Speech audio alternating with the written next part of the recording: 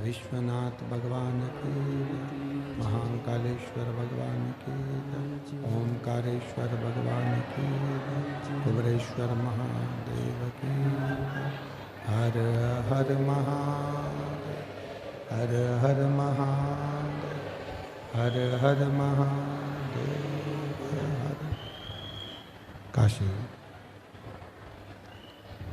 विश्वनाथ ओगरदानी त्रिकालदर्शी कैलाशी अविनाशी भगवान शिव जिनकी पुनीत पावन पवित्र शिव महापुराण की कथा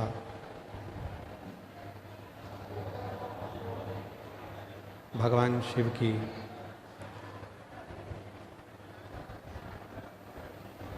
पवित्र पावन कृपा से माघ महीने में ये पवित्र पावन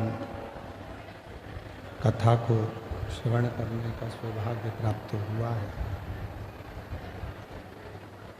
बड़े भाग्यशाली हैं सभी शिव भक्त भगवान शंकर की जो ये पवित्र पावन कथा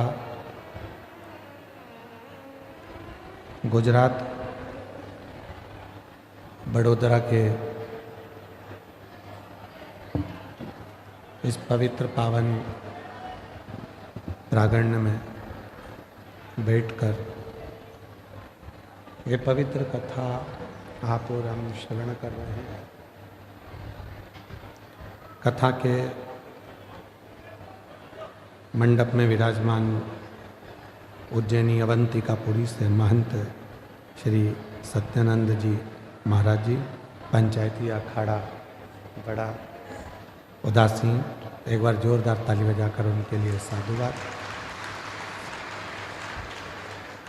मुख्य आयोजक अग्रवाल आकोटा गार्डन गुरु श्री महेश बंसल जी, मुख्य यजमान चंद्रपाल जी अग्रवाल बड़ौदा गुजरात से। एक बार यजमान परिवार के लिए जोरदार ताली बजाकर उनके लिए साधुवाद, जिन्होंने इस पवित्र पावन शिव महापुराण की कथा श्रवण करने का सौभाग्य आप और हम सभी को प्रदान किया है।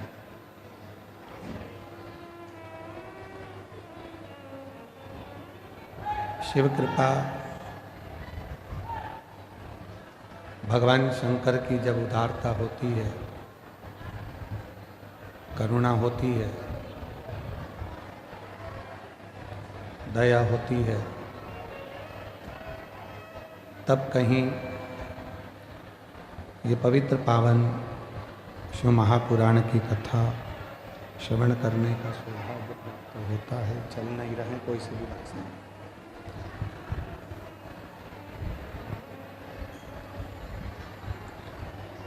कल कथा में वर्णन किया था कि जो श्वासों में रमण कर रहे हैं वही शिव है।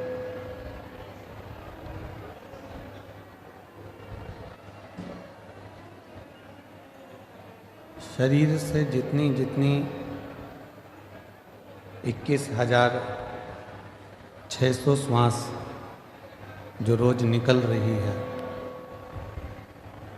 वो 21,600 श्वास में जो श्वास के रूप में प्रतिदिन निकल रही है, आ रहे और जा रहे हैं, वो शिव है, वो शंकर है।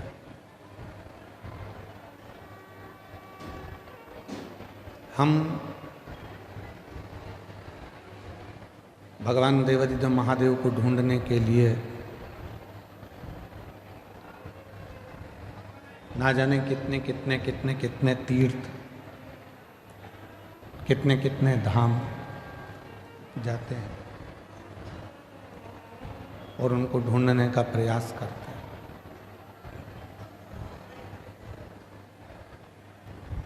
पर शिव महापुराण की कथा कहती है कि शिव को ढूंढने के लिए बहुत दूर हमको जाने की जरूरत नहीं पड़ती। भगवान शंकर को यदि हमें ढूंढना ही है तो एकांत में बैठकर जब हम पंचाक्षर मंत्र नमः शिवाय, षडाक्षर मंत्र ओम नमः शिवाय का जप करते हैं या मुख से श्री शिवाय नमस्तुभ्यम कहते हैं, तो जितनी मौनता में, जितनी शांति में हम शिव को ढूंढने का प्रयास करते हैं, उतनी ही जल्दी शिव हमारी उन श्वासों में से हमको दर्शन जरूर देते हैं।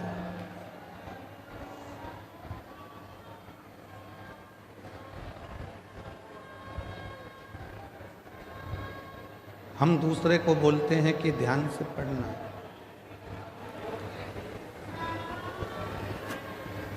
हम दूसरे से बोलते हैं कि ध्यान से पढ़ाई करो, ध्यान से गाड़ी चलाना, ध्यान से काम करना। और ऐसा नहीं है कि केवल एक या दो ही लोग ऐसा बोलते हैं, बहुत सारे लोग।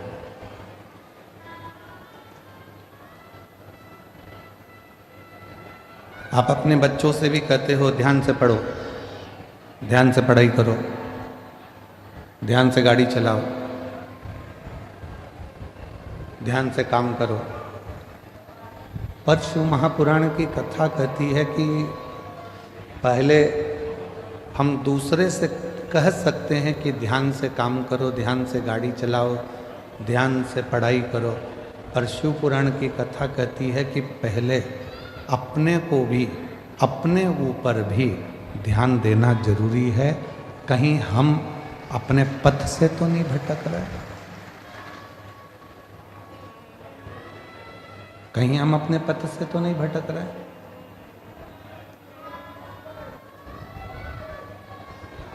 जगत को सुधारने का कार्य करते हैं और मालूम पड़े कि हम अपने ही पथ से भटक जाएं तो वो श्रेष्ठ नहीं।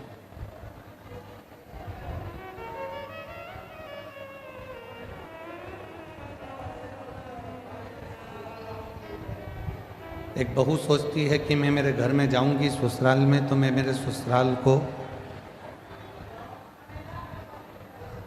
सुधार दूंगी। सास सोचती है कि मैं, मेरी बहू कैसी भी आएगी मैं उसको सुधार दूंगी। पर शिव महापुराण की कथा कहती है, भगवान शंकर की कथा कहती है कि तुम्हें दूसरे को सुधारने की जरूरत ही नहीं पड़े। पीछे की आवाज खोलिए, पीछे की।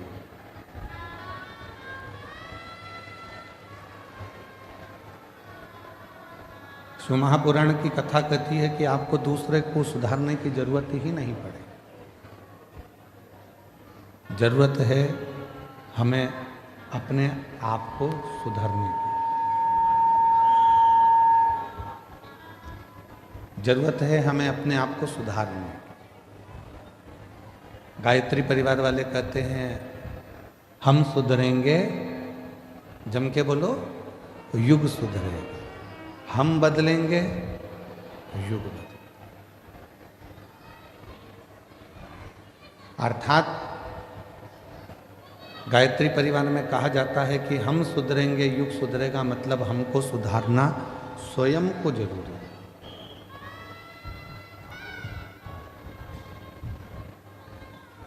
कई माताएं अपने अपनी बहुओं से कहती हैं कि शिव जी के मंदिर जाया करो, शंकर जी के मंदिर जाया करो।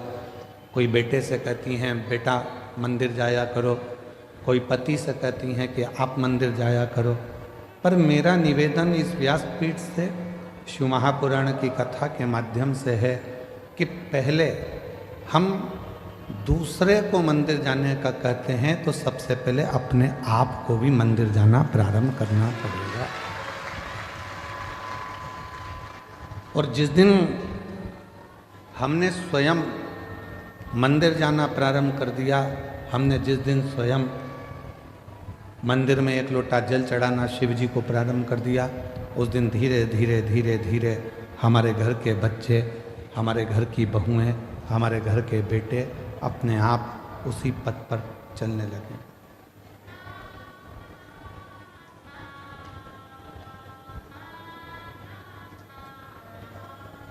हम कहते तुम करो, बेटा तू मंदिर जा, बहू तू मंदिर जा, पर हम स्वयं ना जा पाए तो वो श्रेष्ठ नहीं। हमें खुद को जाना पड़ेगा, हमको स्वयं को पहुंचना पड़ेगा। और तेरे मंदिर में आना मेरा काम है, मेरी बिगड़ी बनाना तेरा काम है। जब आप अपना पिता मानकर भगवान शिव को, कालाधिपति महाकाल को, मेरे ओघड़दानी विश्वनाथ को, मेरे कुबरेश्वर महादेव को, मेरे शंकर भगवान को अपना पिता मानकर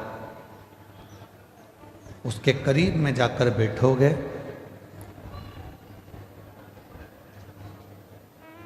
तो निश्चित है वो आपके मन की बात को सुनेगा। किसी ने कहा कि भगवान की क्या पत्थर की मूर्ति भी व्यक्ति की बातों को सुनती है?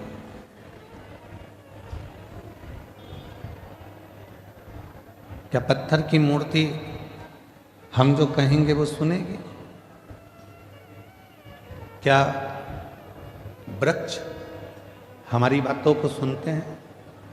क्या पशु पक्षी हमारी बातों को सुनते हैं? क्यों नहीं? एक घर की स्त्री, घर की नारी जब तुलसी जी में जल चढ़ाती है और प्रसन्न चित्त होकर जल चढ़ाती है तो तुलसी के पत्ते भी प्रसन्नता का भाव दर्शाते हैं। पीपल के वृक्ष में भी आप अगर प्रसन्न होकर जल चढ़ाते हो तो पीपल का वृक्ष भी प्रसन्नता देता है। बट वृक्ष में आप प्रसन्न होकर जल चढ़ाते हो तो बट वृक्ष भी प्रसन्नता का भाव देता है। बेलपत्री का छोटा सा पौधा है, उसमें आप प्रसन्न होकर जल चढ़ाइए तो वह बेलपत्र भी प्रसन्नता का भाव देता है।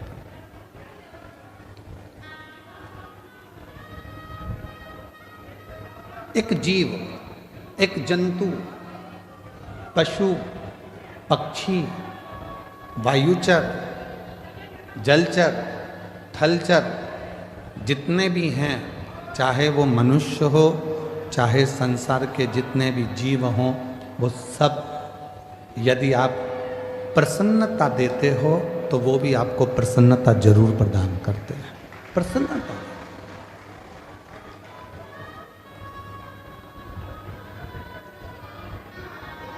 शिव महापुराण की कथा तो पहले भी एक बार कहा था, यदि किसी की तबीयत खराब है तो उससे दिन में कम से कम 2 बार मिलो। कितनी बार मिलो? जम के बोलो।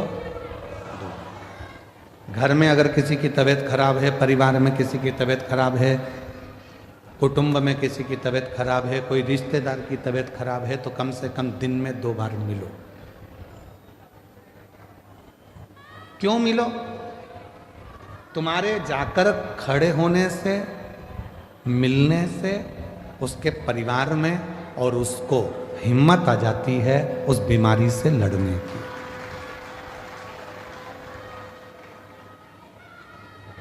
किसी की तबीयत खराब है तो दिन में जम के बोलो 2 बार मिलो। किसी का समय खराब है, बेकार समय चल रहा है, दुख की घड़ी चल रही है, कोई परेशानी आकर खड़ी हो गई है तो शिव महापुराण की कथा कहती है उससे 3 बार मिलो। कितनी बार मिलना है? 3। तबीयत खराब है तो दिन में 2 बार मिलो, समय खराब चल रहा है तो दिन में 3 बार मिलो। कोई बात नहीं भैया, सब हो जाएगा, सब अच्छा समय आएगा, टेंशन मत लो। खड़े हो जाओ, उसकी दुख की घड़ी, उसकी परेशानी की घड़ी, उसकी संकट की घड़ी। महाराज, किसी की तबीयत खराब है तो दिन में 2 बार मिलो, किसी का समय खराब है तो दिन में 3 बार मिलो, और किसी की नीयत खराब है तो उसे सपने में भी मत मिलो। मान लो उसकी नीयत खराब है तो स्वप्न में भी उसको मत देखना, स्वप्न में भी उससे बात मत करो, मिलो ही मत। स्वास्थ्य खराब है, थोड़ा देर जाके मिल लो।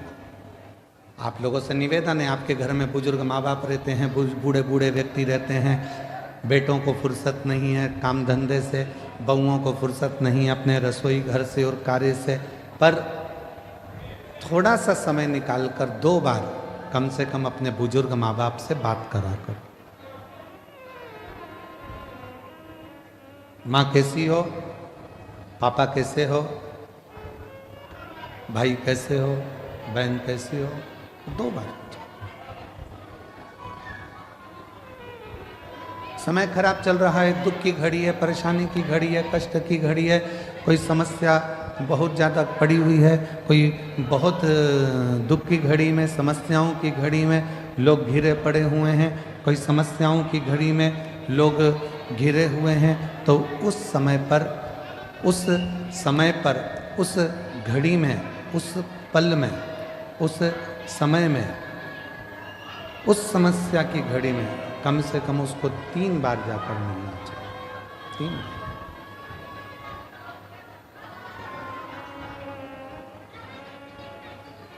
उस समस्या की घड़ी में, उस दुख की घड़ी में, उस परेशानी की घड़ी में कम से कम 3 बार जाकर खड़े हो। कुछ मत दो, पर खड़े होकर थोड़ी सी हिम्मत दो, थोड़ी सी। कुछ नहीं दे सकते मत दो, पर थोड़ी हिम्मत दो। क्यों चिंता करना, क्यों टेंशन लेना, क्यों दुखी हो। और मैंने तेरे ही भरोसे बाबा, तेरे ही भरोसे हवा विच उड़ती जावांगी बाबा, डोर तो छड़ी ना मैं कटी जावांगी। भोले मैं तेरी पतंग, शंभू मैं तेरी पतंग, हवा विच उड़ती जावांगी बाबा, डोर तो छड़ी ना मैं कटी जावांगी। उसको हिम्मत दीजिए, उसको थोड़ा बल दीजिए, उसको थोड़ी शक्ति दीजिए। और उसी तरह शिव महापुराण की कथा कहती है, जब पार्वती मैया शिव जी की साधना में डूबी हुई थी,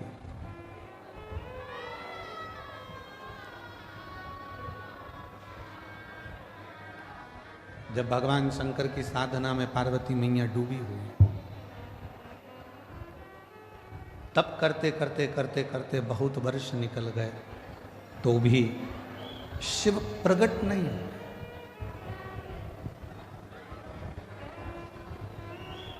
तो भी भगवान शंकर प्रकट नहीं हुए।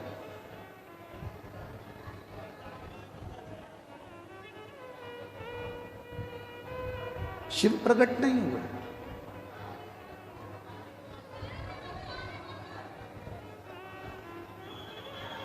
मां पार्वती जी थोड़ी सी हिम्मत हार गई। कब? जब उन्होंने सूखे पत्तों का सेवन किया।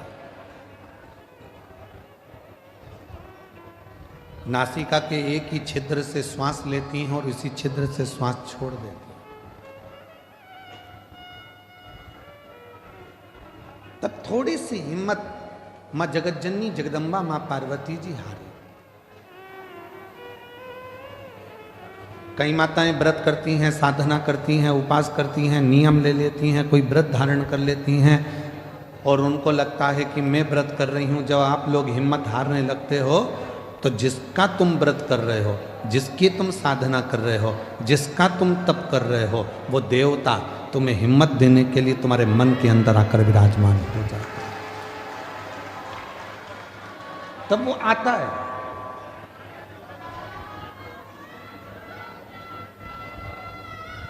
पार्वती मैया जब हिम्मत हारी तो भगवान देवाधिदेव महादेव मां जगत जननी जगदम्बा पार्वती के सामने प्रकट।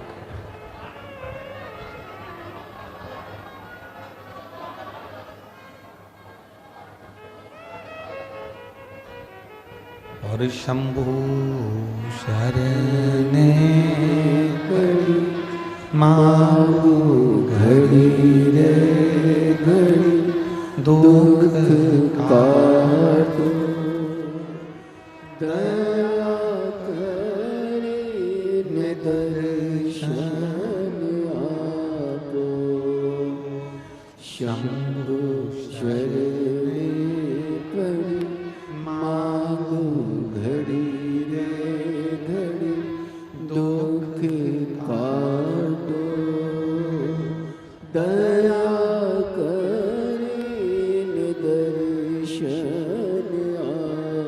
शिव पार्वती जी की साक्षी में उनको बल देने के लिए प्रकट। असली स्वरूप में नहीं, असली स्वरूप में शिव नहीं है। शिव स्वरूप बदल कर कभी शंकर भगवान ऋषि का रूप लेकर आते हैं और पार्वती को बल देते हैं, कभी शंकर भगवान मगर बनकर आते हैं, पार्वती को बल देते हैं, कभी शंकर भगवान पार्वती जी के सम्मुख में कोई स्त्री का रूप लेकर आते हैं, बल देते हैं।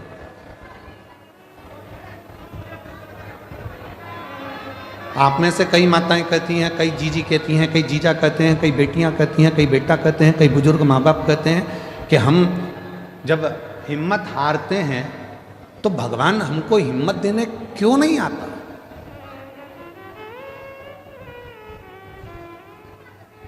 भगवान को हिम्मत देने क्यों नहीं आता।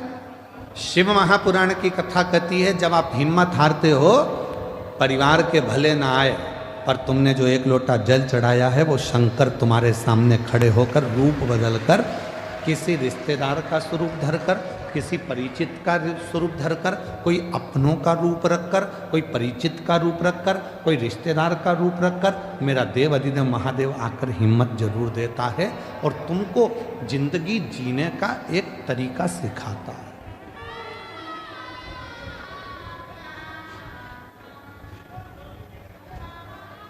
ऐसा नहीं कि संसार में जो जन्मे हैं उनको मौका नहीं मिलता, सबको देता है। एक पशु है, मेरा देवाधिदेव महादेव उसको भी आगे बढ़ने का मौका देता है। एक पक्षी है, मेरा महादेव उसको भी आगे बढ़ने का मौका देता है।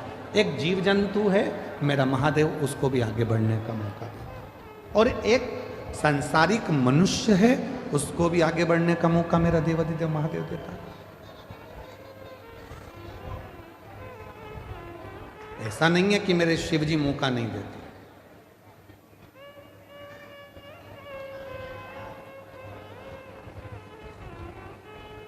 नदी में, पानी में, समुद्र में, तालाब में, कुएं में, बावड़ी में अगर कोई डूबता है, कोई डूब रहा है, तो पानी भी एक मौका देता है उसको उछाल देकर बाहर निकालने का कि अभी भी मौका है, तुम उससे बाहर निकल।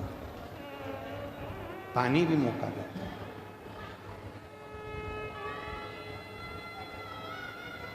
वो परमात्मा हर जगह मौका देने के लिए तैयार बैठा है।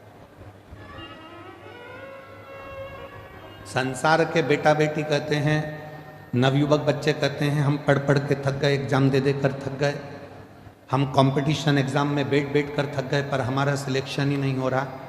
ऐसा नहीं है, तुम देते रहो, मेहनत करते रहो, अपनी पढ़ाई को 4 गुना बढ़ाओ, अपनी विद्वत्ता को 4 गुना बढ़ाओ, अपनी रात दिन एक कर दो, और आखिरी में शंकर भगवान पर शहद लगाकर एक बेलपत्री समर्पित कर कर फिर परीक्षा में जाकर बैठिए, बाबा आपको सफलता जरूर देंगे, आपको सफलता मिलेगी। ऐसा कोई संसार में जन्मा नहीं जिसको परमात्मा ने आगे बढ़ने के लिए मौका नहीं दिया। उड़ने का मौका तो परमात्मा देते ही हैं। और अगर आप लोगों ने देखा हो, हम तो बड़ौदा में नहीं रहते, हम गुजरात में नहीं रहते, हम तो मध्य प्रदेश में रहते हैं, पर हमने वहाँ देखा है। आप लोगों ने यहाँ पर देखा है कि नहीं देखा मालूम नहीं, बारिश में एक होती है चींटी, एक होता है चीटा। बोलो बोलो, देखा है कि नहीं देखा? समय एक ऐसा आता है कि भगवान वो चींटी को भी पर दे देता है और चीटे को भी पर देता है कि उड़ ले, तू भी उन्नति की ओर बढ़ ले, तू भी आ। अब जरा विचार करिएगा कि वो परमात्मा जब चींटी को पर दे सकता है, वो परमात्मा जब चीटे को पर दे सकता है, पर उस चीटे और चींटी में भी कोई चीटे ऐसे रहते हैं, पर मिलने के बाद भी वो उड़ते ही नहीं हैं, वो आगे बढ़ते ही नहीं हैं। संसार में ऐसे लोग भी हैं कि उनको मौका मिलता है तो भी उस मौके का वो फायदा ना उठाकर वहीं की वहीं पड़े रहते हैं और आगे बढ़ नहीं। उसने चींटी को भी पर दिया, उसने चीटे को भी पर दिया कि तू बढ़ ले, आगे बढ़ ले। ये 7 दिन की शिव महापुराण की कथा हो रही है। आज कथा का 6ठा दिन है, आज कथा की शिवरात्रि है। कल कथा सुबह 8 बजे से 11 बजे तक ये बड़ौदा नगर के इस ग्राउंड में हो जाएगी। टीवी पर वही 2 बजे से 5 बजे तक आ जाएगी। 7 दिन दिए परमात्मा ने, मौका दिया परमात्मा ने कि मैंने तुझे पर दिए हैं, अभी भी अगर तू विपदाओं में घिरा है, दुख में घिरा है, तकलीफों में घिरा है, कष्ट में घिरा है, परेशानियों में घिरा है, तो तेरे बड़ौदा नगर में भोलानाथ डमरू लेकर आया है और तू डमरू के नाद को, डमरू के शब्द को श्रवण, वो मौका दे रहा है। उसके बाद भी अगर हम श्रवण ही ना करें, धारण ही ना करें, तो वो जीवन बेकार। इसको कहते हैं शिव महापुराण ज्ञान यज्ञ। कौन सा यज्ञ है ये? जम के बोलो जरा। शिव महापुराण ज्ञान यज्ञ। क्योंकि सारे यज्ञों में सबसे बड़ा यज्ञ होता है ज्ञान का यज्ञ।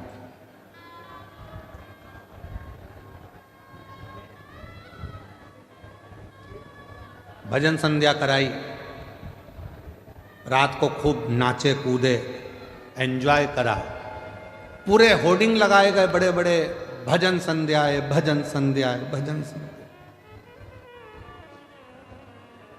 चौकी बिठाई, आज चौकी है, आज भजन संध्या है, पूरी रात लोगों ने एंजॉय करा। ठीक है, भजनों में नाचे आप, ठीक है, पर ज्ञान क्या लिया? ज्ञान क्या प्राप्त किया? बड़े बड़े यज्ञ हुए, उसमें आहुतियां छूटी, बैठने वाले बैठे, खर्च करने वालों ने खर्च भी किया, बहुत बड़े बड़े बड़े यज्ञ हुए, पर उससे हमने ज्ञान क्या लिया?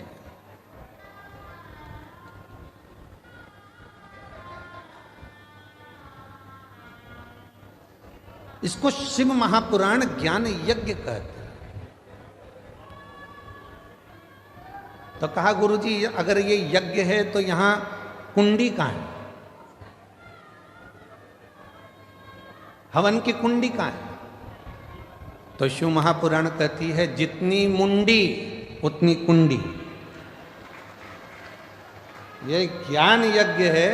इस ज्ञान यज्ञ में जितने जितने बैठे हुए हैं और जिन जिन के कानों में शिव महापुराण की कथा जा रही है। जितनी जितनी मुंडी है, जितने जितने शीश हैं, उतनी उतनी वो कुंडी है। ये ज्ञान उसकी बुद्धि में, उसके श्रवण शक्ति में जा रहा है। वो नेत्रों से दर्शन कर रहा है, हृदय में उतार रहा है। और एक ना एक दिन जो उसने ज्ञान लिया है, उसकी जिंदगी में अगर उसने उतार लिया तो वो संकट से बचेगा। और एक दिन मेरा भोले बाबा उसकी झोली खुशियों से भरेगा। ये वो यज्ञ है।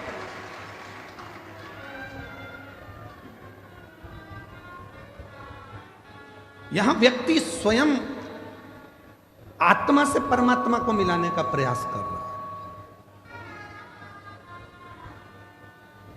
मन को परमात्मा से लगा।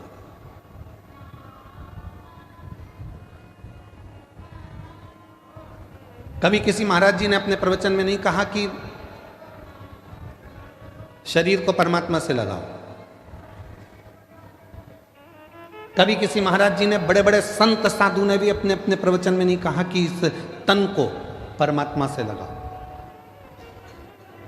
किसी संत साधु गुरुजन ने नहीं कहा, किसी वक्ता ने नहीं कहा कि तन को परमात्मा से लगाओ। जिसने भी कहा एक ही बात कही, मन को, चित्त को परमात्मा से लगाओ, आत्मा को परमात्मा से लगाओ। क्यों? तन लगाने का क्यों नहीं बोला? शरीर को परमात्मा से लगाने का क्यों नहीं बोला? क्योंकि शरीर माता और पिता की देन है। इस शरीर में आधा भाग मां का है, इस शरीर में आधा भाग पिता का। शरीर माता पिता की देन है। और जब थोड़े से बड़े हो गए तो ये शरीर भोजन की देन है। जितना खाओगे उतने तंदुरुस्त रहोगे।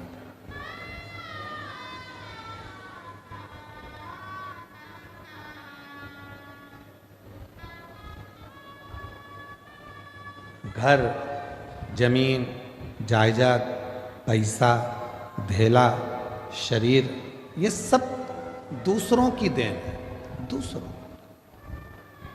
पर उस देव अधिदेव महादेव मेरे शंकर भगवान की देन क्या है? शिव जी ने आपको क्या देकर भेजा था? तो कहा शंकर भगवान ने हमको ये आत्मा, ये मन, ये चित्त देकर भेजा।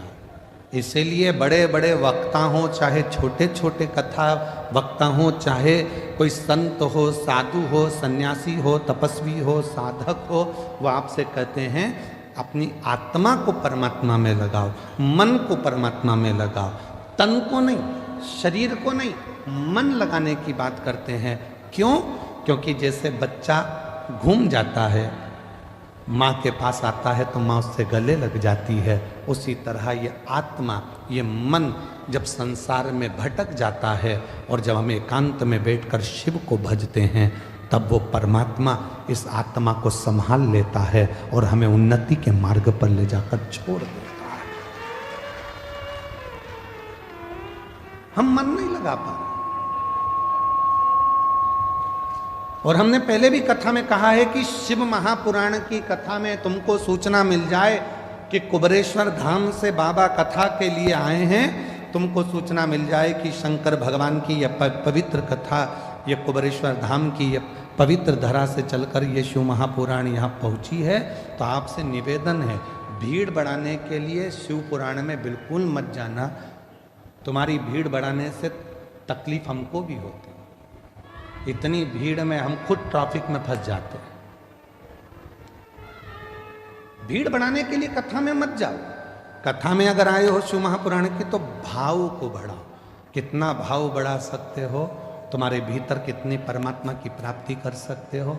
मालूम पड़े तुम आ तो गए हो, मन लग नहीं रहा, बार बार उठकर जाना है, बाजू वाले को देखना है, उधर से आवाज़ आई तो उधर देखो, उधर से आवाज़ आई तो उधर देखो, है। और आधी टेंशन अपनी गाड़ी कहाँ रख कर आए हैं, तीसरा टेंशन बैग रखी थी कहाँ चले गया, चौथा टेंशन मेरी चप्पल पे कोई बैठ गया, पांचवा टेंशन वो मेरे को लेकर आए थे मेरे पति कहाँ चले गए, छठा टेंशन किससे झगड़ा करूं,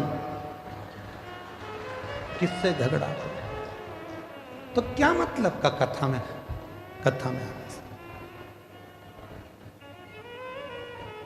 समय बर्बाद करने के लिए कथा में बिल्कुल मत आए हो। आज कथा की शिवरात्रि है।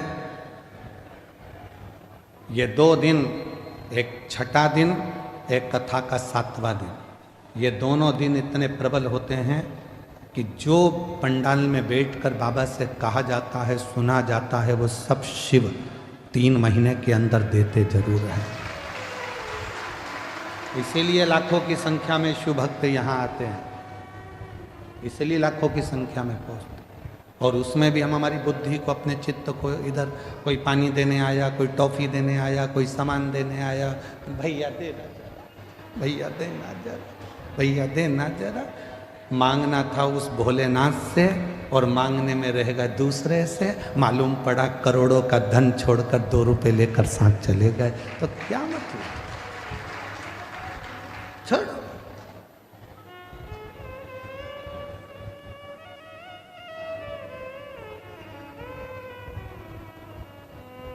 सात दिन की कथा में जितनी चिल्ला चोट नहीं होती उतनी पीछे के 2 दिन में होती है। क्यों? क्योंकि भगवान भी चाहता है अगर अच्छे से कथा सुन लेगी तो मुझे देना पड़ेगा, इसलिए इसको थोड़ा थोड़ा डिस्टर्ब करो, इसको थोड़ा परेशान करो। ये कथा नहीं सुन पाए, कथा नहीं सुन पाएगी तो मुझे देना नहीं पड़ेगा। इसका मन नहीं लगेगा तो मुझे देना नहीं पड़ेगा, मन लग गया तो फिर तो मुझे देना पड़ेगा। इसलिए 2 दिन तुम्हें समझदारी रखना है। चिल्लाने वाले चिल्लाएंगे, तुम्हें समझदारी रखना है। कोई तुम्हारे पास से बार बार उठ के जाए तो सिर पे पल्लू लेके पांव पड़ ले, तेरे हाथ जोड़ू, बैठ नीचे बैठ। कहां बार बार जा रहा है? तुझ में नारद घुस गया क्या? नारद भरा गया क्या? बार बार जा रहा है, फिर आ रहा है, फिर जा रहा है, फिर आ रहा है, बैठ जाए। बहुत सावधानी की जरूरत।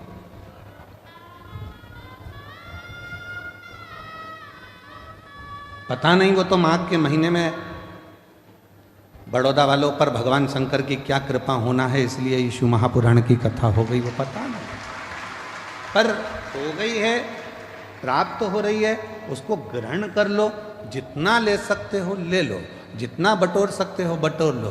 पूरे कथा के बीच में बाबा से अपने मन की बात का स्मरण करते रहो, बीच बीच में उसको याद करते हुए तुम्हारे चित्त को, आनंद को उस परमात्मा से जोड़ते रहो। लगना चाहिए कि तुम्हारी रोमावली, हाथ की पाँव की रोमावली तुम्हारी खड़ी हो रही है, वो परमात्मा तुमको मिल रहा, वो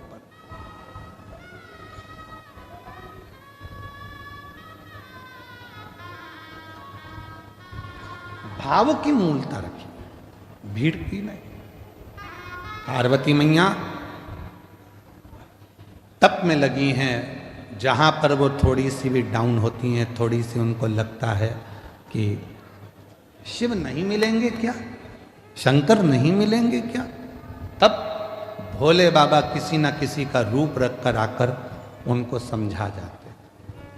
तुम भी जिंदगी में जब जब डाउन होगे, तुम्हारे जीवन में जब जब तुम परेशानी की ओर बढ़ोगे और जब जब तुम्हारे जीवन में थोड़ी तकलीफ आएगी, अगर तुमने 1 लोटा जल शिव जी को चढ़ाया है तो वह मंदिर में से निकलकर महादेव तुम्हारे दरवाजे पर आकर तुमको समझाने का प्रयास करें। मेरा शंकर भगवान कभी अपने असली स्वरूप में नहीं आता, याद रखना। मेरा भोले बाबा कभी तुम्हारे सामने गले में सांपों की माला लेकर, डमरू लेकर, भस्म लगाकर, जटा बांधकर, रुद्राक्ष की माला पहनकर, त्रिपुंड लगाकर, ऐसे मेरे शंकर भगवान बागंबर धारण कर कर कभी नहीं आते ही नहीं है। उन्होंने पार्वती जी को तुरंत माता जगत जननी जगदम्बा पार्वती जी को वचन दिए। 2 वचन माता पार्वती जी को शंकर भगवान ने दिए थे। पहला वचन दिया था कि मेरी परिक्रमा पूरी नहीं होगी, ये पार्वती को वचन दिया। इसलिए कभी भी शंकर भगवान की परिक्रमा पूरी नहीं होती। यहाँ से चालू करा, जैसे ये शिवलिंग है तो यहाँ से चालू करके यहीं से वापिस सजाते हैं, जहाँ से जल बहता है उसको लांघते नहीं, क्योंकि पार्वती को वचन दिया। गणेश जी महाराज ने शंकर भगवान की परिक्रमा पूरी कर ली थी। षडानंद कार्तिक के परिक्रमा करने मोर पर गए थे और गणेश जी ने चूहे पे बैठ के शंकर की परिक्रमा कर ली थी, देवादिदेव महादेव की। तो भगवान शंकर प्रसन्न होकर वर दे दिए थे कि तुम प्रथम गिनती में गिनाओगे गणेश, सारी दुनिया तुम्हारी पूजन करेगी। तब पार्वती का दिल दुख गया था। पार्वती ने कहा मेरा एक बेटा परिक्रमा करने मोर पर बैठ कर गया, दूसरे ने बुद्धि का परिचय दे दिया, चूहे पे बैठकर तुम्हारी परिक्रमा कर ली तो तुमने उसे वर दे दिया। मेरा एक बेटा तो दुखी होगा ना, माँ तो दोनों बेटे की सोचती है ना, और तुम्हारे लिए एक प्रिय हो गया। भोलेनाथ, आज ये पार्वती अपने पति से वचन मांगती है। मैं जानती हूं कि तुम भोले हो, तुम्हारी कोई भी परिक्रमा करेगा तो तुम उठाकर कुछ भी दे दोगे, इसलिए आज वचन दो कि तुम्हारी कभी भी पूर्ण परिक्रमा नहीं हो। शिव जी ने वचन दे दिया, वचन कि मेरी पूर्ण परिक्रमा नहीं होगी, अधूरी परिक्रमा, पूर्णता में नहीं। शिव को पहचानो। और दूसरा, मां जगत जननी जगदम्बा भगवान शंकर से मांग रहे, जब दुख की घड़ी, जब तकलीफ की घड़ी, कष्ट की घड़ी, तब आपको आना।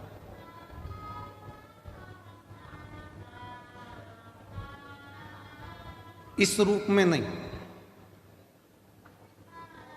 क्यों? इस रूप में दिक्कत क्या है?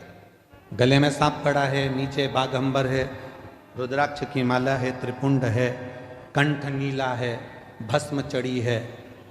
इस रूप में क्यों नहीं? पार्वती जी ने कहा, मैं तुम्हें बताऊंगी, समय आने दो। समय आया। भगवान राम जी का प्रागट्य हुआ। शंकर भगवान दर्शन करने के लिए गए तो कौशल्या मैया ने शंकर भगवान को राम जी का दर्शन नहीं किया।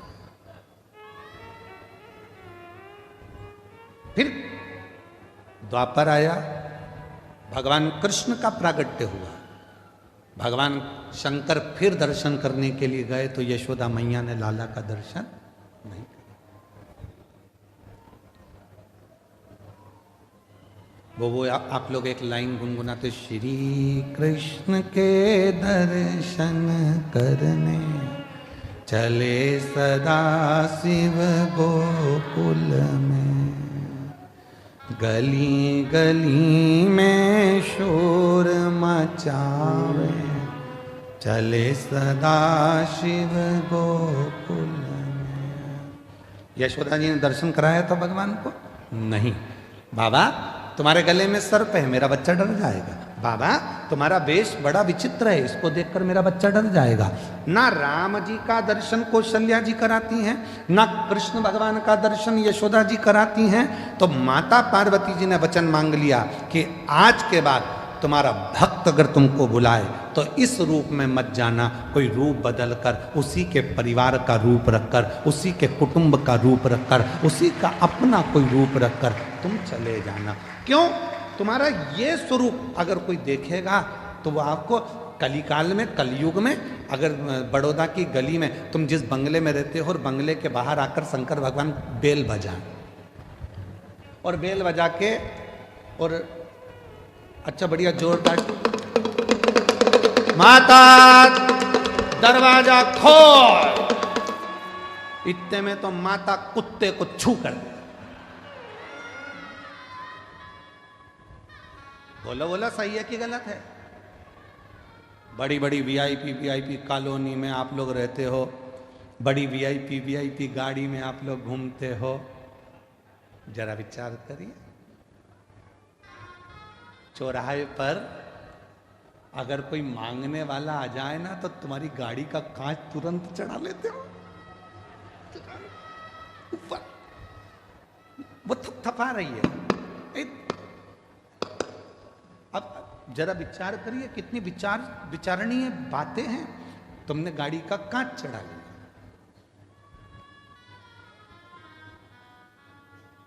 और तुमने क्या कहा? मैं जब जब यहां से निकलती हूं ना, ये रोज भिखारियों ने ऐसे ही मांगने आते हैं।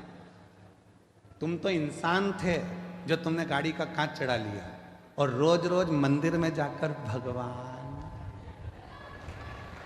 भगवान, एक आध दिन भगवान कांच चढ़ा लिया तो तुम इंसान थे। उसने चढ़ाया तो फिर अभी छत्तीसगढ़ में एक कोई मंत्री, अब तो नहीं है वो मंत्री, पर उन्होंने बहुत बड़ी बात कह दी थी, उस पर हमारी बात पे कटाक्ष भी हुआ। उन्होंने कहा भगवान को भोग लगा, भगवान को तो राजसी ठाट मिलता है, भगवान के तो कपड़े बदले जाते हैं, भगवान को चांदी की थाली में भोजन मिलता है, भगवान तो भगवान है, खड़े रहते हैं। तो हमने उससे कहा कि एक काम करो, हम भगवान को हटा देते हैं, तुम खड़े हो जाओ, तुम खड़े। बहुत कठिन है महाराज। ये प्रसंग भी एक बार आया है। एक भक्त ने भगवान से कह दिया था, तुम कितने आराम से रहते हो, पंखा चलता रहता है, बढ़िया बढ़िया कपड़े पहन के आशीर्वाद देते रहते हो और मुस्कुराते रहते हो, सोने के जेवर, सोने के आभूषण, चांदी के बर्तन में भोजन, लोग तुम्हारी आरती उतारते हैं। एक दिन भगवान ने कहा कि तू खड़े हो जा मेरी जगह, अगर मुझ में सुख दिख रहा है तो तू खड़े हो जा, तो कौन सी बड़ी बात है, हटो। भगवान हट गए। मैं जैसा खड़ा हूं वैसे की वैसे खड़े हो ना, थोड़ा सा मुस्कुरा, और थोड़ा थोड़ा मुस्कुरा, हल्की सी स्माइल और दे, बस ठीक है, बिल्कुल एक जैसे पांव रख, सामने देखते रहे, बस इसी खड़े रहे।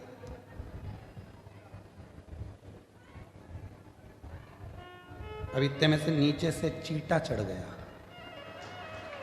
चींटा। भगवान खड़े थे पास में, हिल मत जाना, ऐसे ही खड़े रहे, मुस्कुरा। अरे काय का मुस्कुराऊं, काट रहा है। भगवान बोले हम भी तो मुस्कुराते, मुस्कुरा।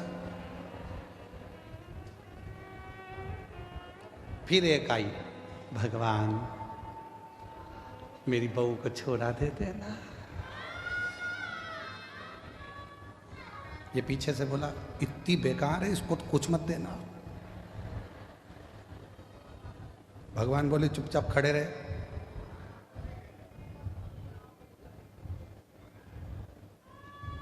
सुबेरे की आरती हुई, पंडित जी ताला लगा के चले गए। ये बोला हट जाऊं, भगवान बोले काहे को, मैं हटा था, मुस्कुरा। तो क्या अब तो कोई देख ही नहीं रहा, तो मुस्कुराऊं काहे को, मुस्कुरा, मुस्कुरा। शाम को पंडित जी आए, उन्होंने फिर आरती मारती करी, चांदी की थाली में भोजन लाके दिखाया। भूख लग रही है, भगवान बोले मैं खाता था, बस देखता था, देख ले, खाने को नहीं मिलेगा, मुस्कुरा। 2 दिन में चक्कर खा के नीचे गिर गया, भगवान के चरण पकड़कर बोला मैं इंसान इंसान ही रह सकता हूं, तू भगवान भगवान ही रह सकता। मेरे बस की बात नहीं है दुनिया के दुखड़े सुनना, ये मेरे बस की बात नहीं है। मैं मेरे बउओं के दुखड़े सुन लूं, परिवार के दुखड़े सुन लूं, वही काफ़ी है। तेरे पास तो दुनिया के इतने लोग आते हैं, दुखड़ा रोते हैं, और तू कितनी कृपा करता है तो भी मुस्कुराता रहता है। भगवान कहते हैं मैंने दुनिया में सबको मुस्कुराहट दी है, केवल प्रसन्न रहकर दुख कटता रहता है, दुख कटता। और शिवजी ने पार्वती जी को भी यह प्रसंग सुनाया। एक बार तुमरुका जी आए और तुमरुका जी ने आकर कहा कि ब्रह्मा जी को सृष्टि की रचना का भार आपने दिया। शंकर जी बोले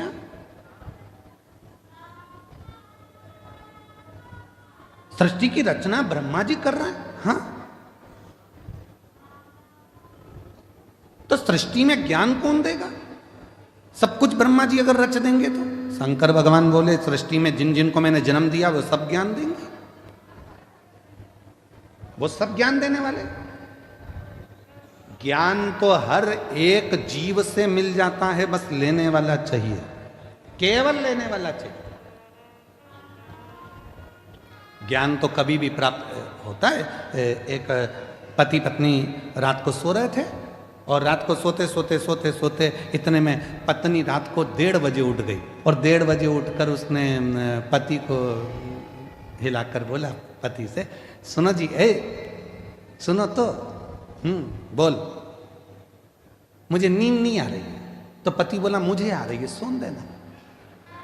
नहीं सुनो तो, बोल मुझे इसलिए नींद नहीं आ रही, मान लो अपने कोई पप्पू हो गया तो कहाँ सोएगा।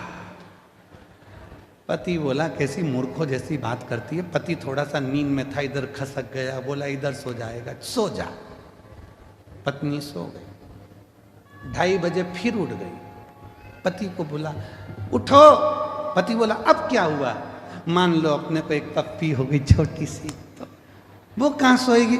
पति और खसका, इधर सो जाएगी, मेरे को सो जान दे, सुबह से ड्यूटी पे जाना है, तू सो जान दे। पति और खसक। 3:30 बजे फिर जग गई। उठो। पति ने पूछा अब क्या हुआ। अपने को एक और पप्पू हो गया तो वो कहाँ सोएगा। पति बेचारा और खसका। अब पलंग तो पलंग है, कोई शासन की रोड थोड़ी ना ये खसकतेगा। खसकते से पलंग से धड़ से नीचे गिर गया। नींद में तो था ही, कमर का कुस्का चले गया, कमर टेढ़ी हो गई है। पति बोला अब तो सो जा। पत्नी सो गई, पर पति को नींद नहीं आई। उठ गया, एक बैग तैयार करा। पत्नी सवेरे से उठते से बोलती है गुड मॉर्निंग। ये तो बताओ रात को इतनी अच्छी बात कर रहे थे, अभी सुबह सुबह कहाँ जाने की तैयारी कर रहे हो। पति ने कहा रात को मात्र पुत्र की कामना करी और कमर की हड्डी टूट गई। अगर वो पुत्र पैदा हो गया तो ना जाने कौन कौन सी हड्डी तोड़ेगा। इससे अच्छा है मैं तो जाऊं और गिरनार के पर्वत पर बैठकर भगवान शिव की आराधना करूं, दत्त की आराधना करूं। ज्ञान कभी भी पैदा हो सकता है, ज्ञान कहीं पर भी प्रकट हो सकता है, बस उसको लेने वाला चाहिए। और भगवान शिव कह रहे हैं तुमरुका जी से, प्रकृति में ऐसा कोई नहीं है जो हमको ज्ञान नहीं देता। चिड़िया हमको चहकना सिखाती है, मोर हमको नाचना सिखाता है, कोयल हमको गुनगुनाना सिखाती है, गाना सिखाती है, नदियां हमको सिखाती हैं कि हमेशा निरंतर चलते रहो, बढ़ते रहो, पीछे मुड़कर मत देखो। पर्वत सिखाते हैं कि तुम्हारी उन्नति तुम्हारे हाथ में है, मेरे जैसे विशाल बन जाओगे, बढ़ते रहो। समुद्र तालाब सिखाते हैं कि जितना मैं गहरा हूं उतनी जिंदगी में तुम गहराई को धारण करो। पृथ्वी सिखाती है कि धैर्य रखो। संसार में जितने जीव जंतु हैं, संसार में जितने भी जीव हैं, वो सब हमको सिखाते हैं। जो निर्जीव हैं वो भी सिखाते हैं, वो हमको सिखा रहे हैं, पर हम सीखने को तैयार नहीं है।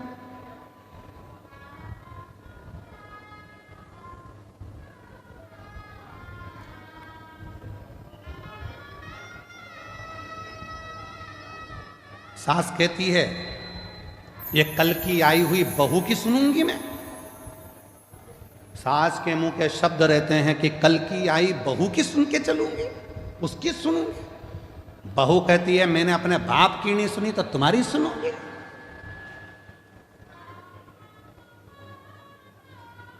बेटा कहता है मैं तुम्हारी नहीं सुनूंगा ऑफिस में। बाप कहता है मैं बेटे की नहीं सुनूंगा, मैंने पाल पोस के बड़ा करा है, दुकान मेरी है, व्यापार मेरा है, मैं नहीं सुनूंगा।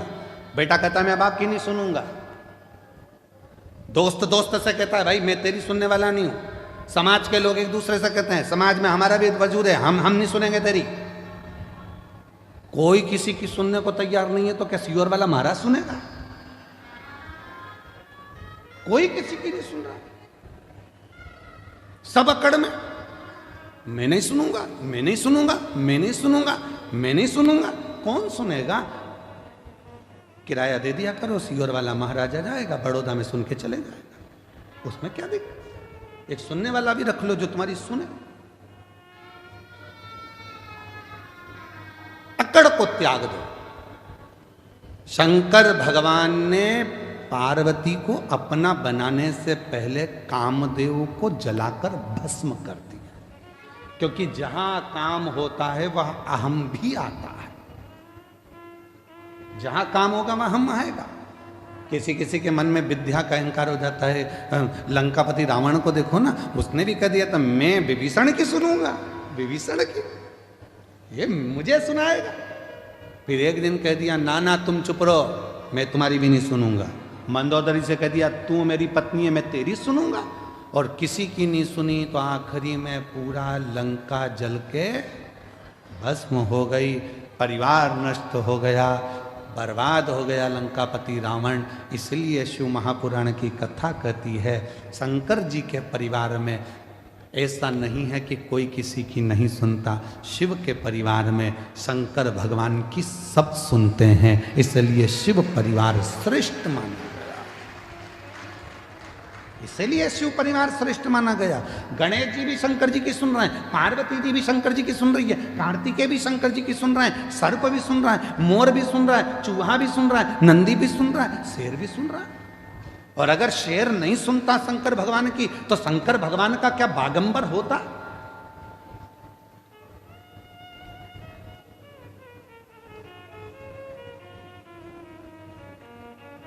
शिव जी क्या बागंबर पहनते? ये तन पर भगवान शंकर के जो बागंबर आया, जिस बागंबर पर शिव जी बैठते हैं, शेर की खाल पर बैठते हैं, शेर की खाल बागंबर भगवान तन पर धारण करते। किसने किसने किसने दिया उनको? एक दिन पार्वती जी बोल दी भगवान शंकर से चौसर खेलना है। शिव जी ने कहा खेलो, आओ चौसर खेलो। अब पत्नी है, धर्म पत्नी है, बैठ के बातचीत चले, दोनों के विचारों का आदान प्रदान हो।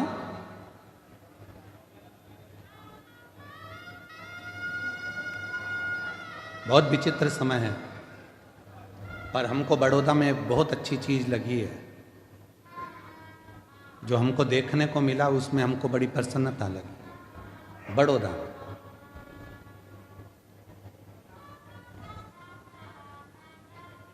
बड़ौदा में एक एक नारी, एक एक जीजी, एक एक बहन, एक एक स्त्री खाली नहीं बैठी है। कुछ ना कुछ काम भले वो घर से कर रही है चाहे बाजार से कर रही है, पर वो पति के साथ कदम से कदम मिलाकर आगे बढ़ रही है। ये भारत की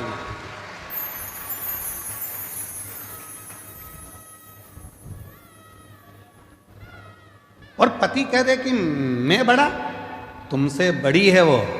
क्यों? रोटी बनाती है और रोटी कमाने जाती है। बनाती भी है और कमाने जाती भी है। बहुत अच्छा लगा। कई माताएं घर में ही फाफड़ा बना रही है, पैकेट पैक करके बेच रही हैं। कोई कुछ बना रहा है, कुछ बनाकर बेच रहा है। अभी एक भैया जी आए थे, उनकी धर्म पत्नी वो गाय के गोबर के श्रृंगार कुछ गाय आदि बनाती हैं, गणेश जी बनाती हैं, वो बेच। सबका अपना अपना कर्म, प्रसन्नता है। और कहीं कहीं की ऐसी भी हैं जो बेवकूफ बनाती हैं, ऐसा भी है।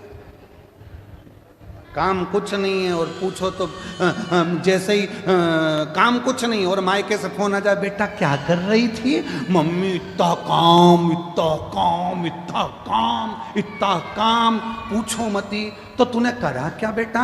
आज बर्तन वाली नहीं आई क्या? मम्मी आई थी, मांझ के चली गई। तो भोजन बनाने वाली नहीं आई क्या? मम्मी आई थी, बना के चली गई। फिर पोछे वाली नहीं आई क्या? नहीं मम्मी आई थी, पोछा लगा कर चली गई। फिर काम क्या था बेटा? बच्चे स्कूल गए क्या? हाँ। उनका टिफिन किसने बनाया? मम्मी, वो हमारी सासू जी ने बना कर दे दिया था। फिर बेटा काम क्या था जो तू थक गई? मम्मी आज इंस्टाग्राम पर रील अच्छी नहीं आई, आज इंस्टाग्राम पर रील अच्छी देख देख के मैं मोबाइल को थक गई, पर एक भी नहीं आई। थक गई, बस इतना सा काम किया बेटा। तो भी माँ कह रही है इतना क्यों लोड लेती है? फेसबुक क्यों नहीं देख लेती है? मां कह रही।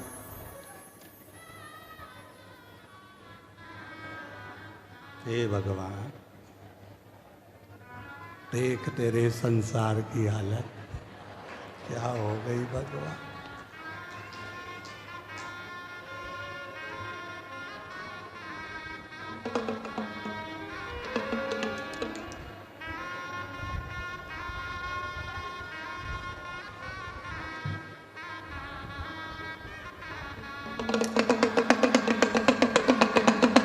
जाग जाओ,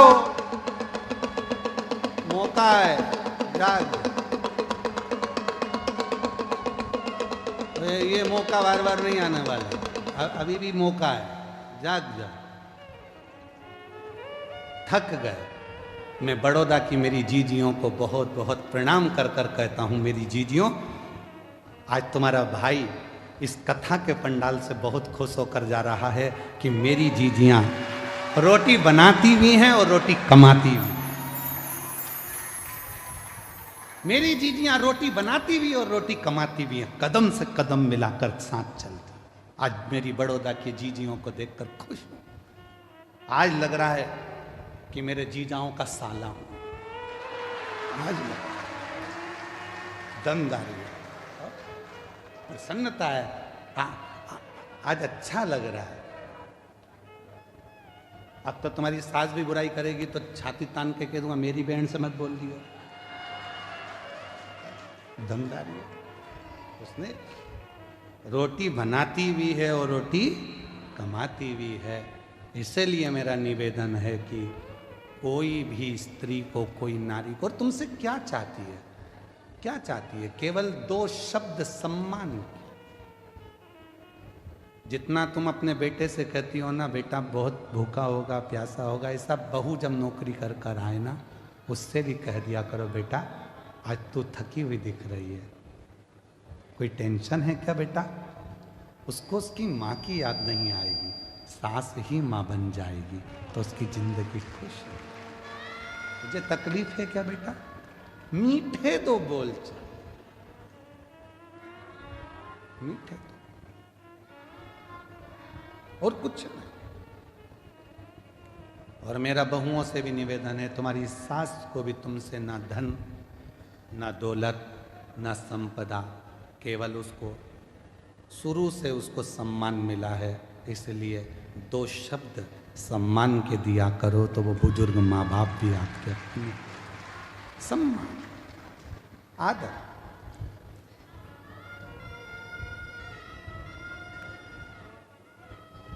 पार्वती मैया, जीव जंतु पशु पक्षी ये सब हमको सीख देते, सब सीख।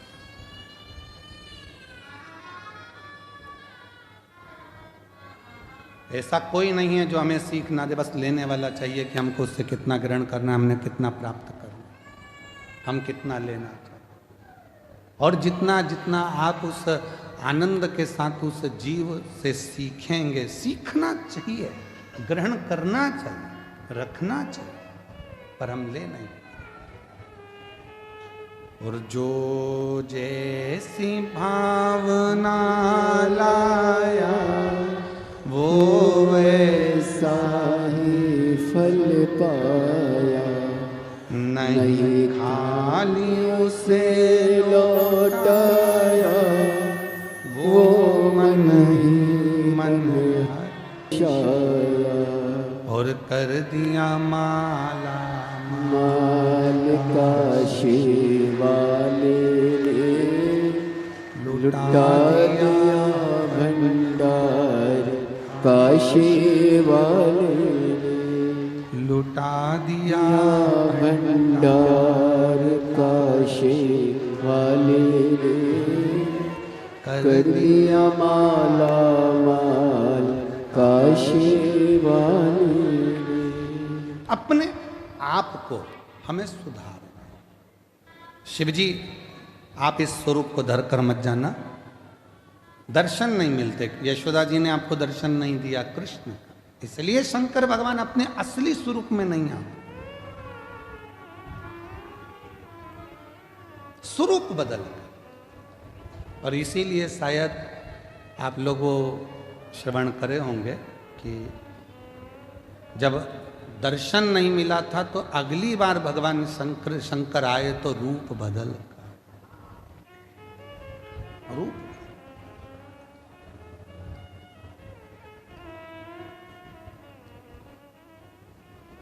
और एक दिन वो भोले भंडारी बनकर सुंदर नारी बिरज में आ गए, बिरज में आ गए। एक दिन वो भोले भंडारी बनकर सुंदर नारी बिरज में आ गए, बिरज में आ गए। पार्वती जी मन्ना के हारी ना माने त्रिपुरारी बिरज में आ गए, बिरज में आ गए। बड़े भाव से दोनों हाथों से। पार्वती भी मना के हारी ना माने त्रिपुरारी बिरज में आ गए, बिरज में आ गए।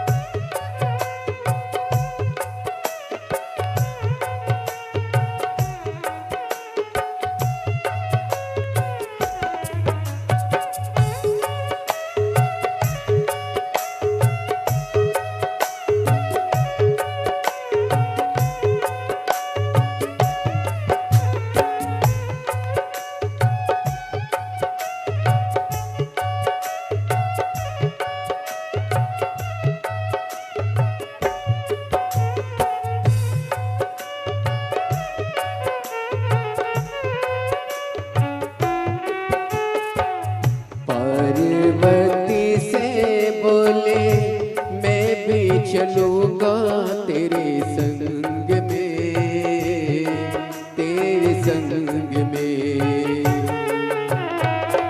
राधा संग श्याम नाचे मैं भी नाचूंगा तेरे संग में, तेरे संग में।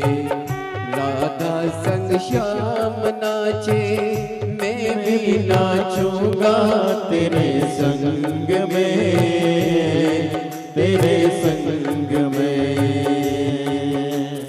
रास रचा है ब्रज में बारी मुझे दिखाओ प्यारी, गोकुल में आ गए, गोकुल में आ गए। एक दिन वो भोले भंडारी बनकर सुंदर नारी बिरज में आ गए, बिरज में आ गए।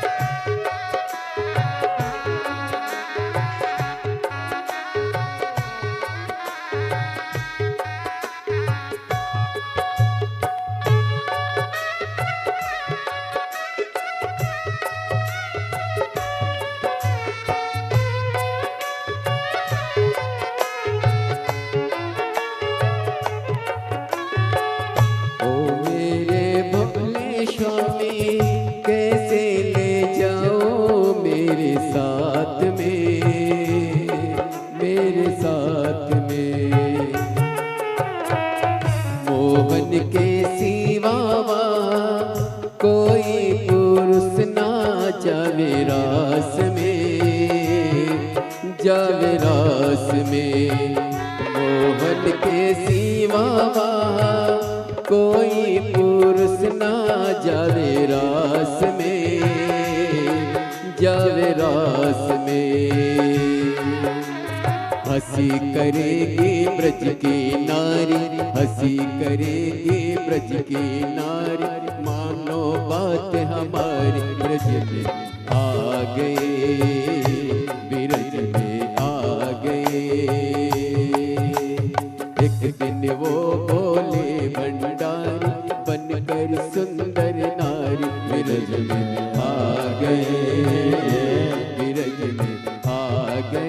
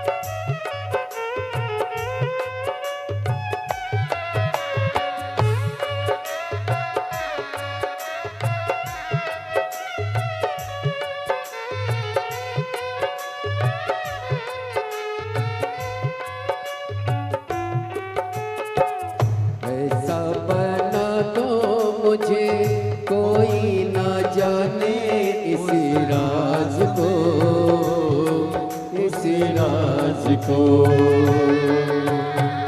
मैं हूँ सहेली तेरी, ऐसा बताना ब्रजराज को, ब्रजराज को। ओ बांध के जोड़ा पहन के साड़ी, चाल चले मत पहन के साड़ी, चाल चले मत वाली बिरज में आ गए, बिरज में आ गए।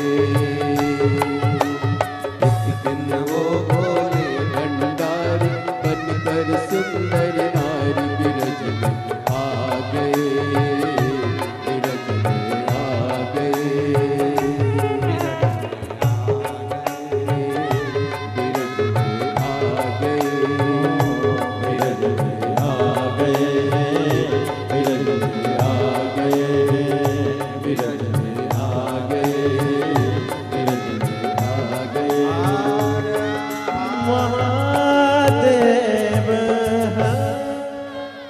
अपने स्थान पर बैठकर भगवान देवाधिदेव महादेव को अपने मन का भाव कहिए, दिल से प्रार्थना करिए, विनय करें, निवेदन करें बाबा देवाधिदेव महादेव को।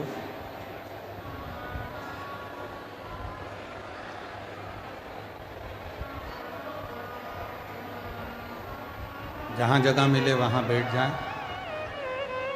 ये कथा जो 16 जनवरी से 22 जनवरी तक चल रही है बड़ौदा गुजरात में, कल कथा का विराम दिवस रहेगा। सुबह 8 बजे से 11 बजे तक कथा बड़ौदा गुजरात में हो जाएगी। टीवी पर आस्था चैनल पर 2 बजे से 5 बजे तक आएगी। 22 तारीख को ये कथा विराम होगी। फिर 27 जनवरी से 31 जनवरी तक माघ मेले में सतुआ बाबा शिविर खाक चौक महावीर मार्ग पाटन पुल नंबर 1 दोपहर में 1 बजे से 4 बजे तक प्रयागराज की पवित्र धरा पर दोपहर में 1 बजे से 4 बजे तक 5 दिवसीय शिव महापुराण कथा प्रयागराज में रहेगी। 11-12-13 फरवरी को डबरा मध्य प्रदेश में 3 दिवसीय शिव पुराण की कथा रहेगी और 14 फरवरी से 20 फरवरी तक शिव महापुराण की कथा रुद्राक्ष महोत्सव बाबा कुबरेश्वर महादेव की पवित्र धरा सीहोर में होगी। 15 फरवरी को शिवरात्रि है, उसको ग्रीन शिवरात्रि के रूप में मनाना है। आप और हम सबको एक एक वृक्ष जरूर लगाना है, जरूर लगाना। बाबा को अपने मन का भाव कहेंगे, दिल से प्रार्थना करेंगे। आपकी आवाज़ व्यासपीठ तक, व्यासपीठ और आपकी आवाज़ देवाधिदेव महादेव तक पहुँचे। दिल से बाबा को अपने मन का भाव कहें और प्रार्थना करिए, साथ में बोलिए, विनय करिए, निवेदन करिए।